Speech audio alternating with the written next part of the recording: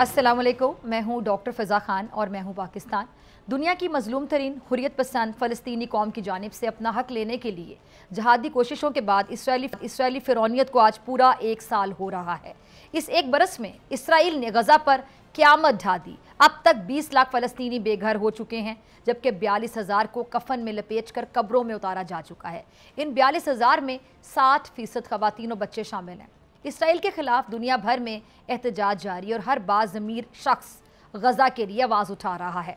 आज ऐवान सदर इस्लामाबाद में भी एक आला सतह की कुल जमाती कॉन्फ्रेंस हुई, जिसमें इसराइली जारहियत को मुस्तरद करते हुए सदर पाकिस्तान आसिफ अली ज़रदारी ने कहा कि इसराइल के इक़दामात दुनिया को ख़तरे में डाल रहे हैं। इसराइल फ़लस्तीनियों की नस्ल कुशी कर रहा है। आसिफ अली ज़रदारी साहब ने कहा कि हम इसराइल की इंसानी हुकूक़ की खिलाफ वर्जियों का ये जो मामला है हर फोरम पर उठाते रहेंगे।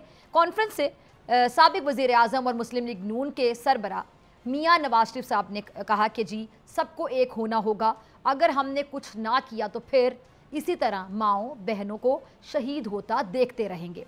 मौलाना फजलुर रहमान साहब ने जब इजहार ख्याल किया तो उन्होंने कहा कि इस कॉन्फ्रेंस की करारदाद से फ़लस्तीनियों के दुखों का अजाला नहीं होगा। हमारी तजवीज़ है कि तमाम मुस्लिम ममालिक का एक ग्रुप बनाया जाए। अच्छा, जमात इस्लामी के अमीर हाफिज़ नईमुर रहमान ने पाकिस्तान में हमास का दफ्तर खोलने का मुतालबा किया और कहा कि हमास की हिमायत में पाकिस्तान को वाज़ेह पोजीशन लेनी चाहिए। यूरोपीय ममालिक हमास को दहशतगर्द तंजीम समझ रहे हैं।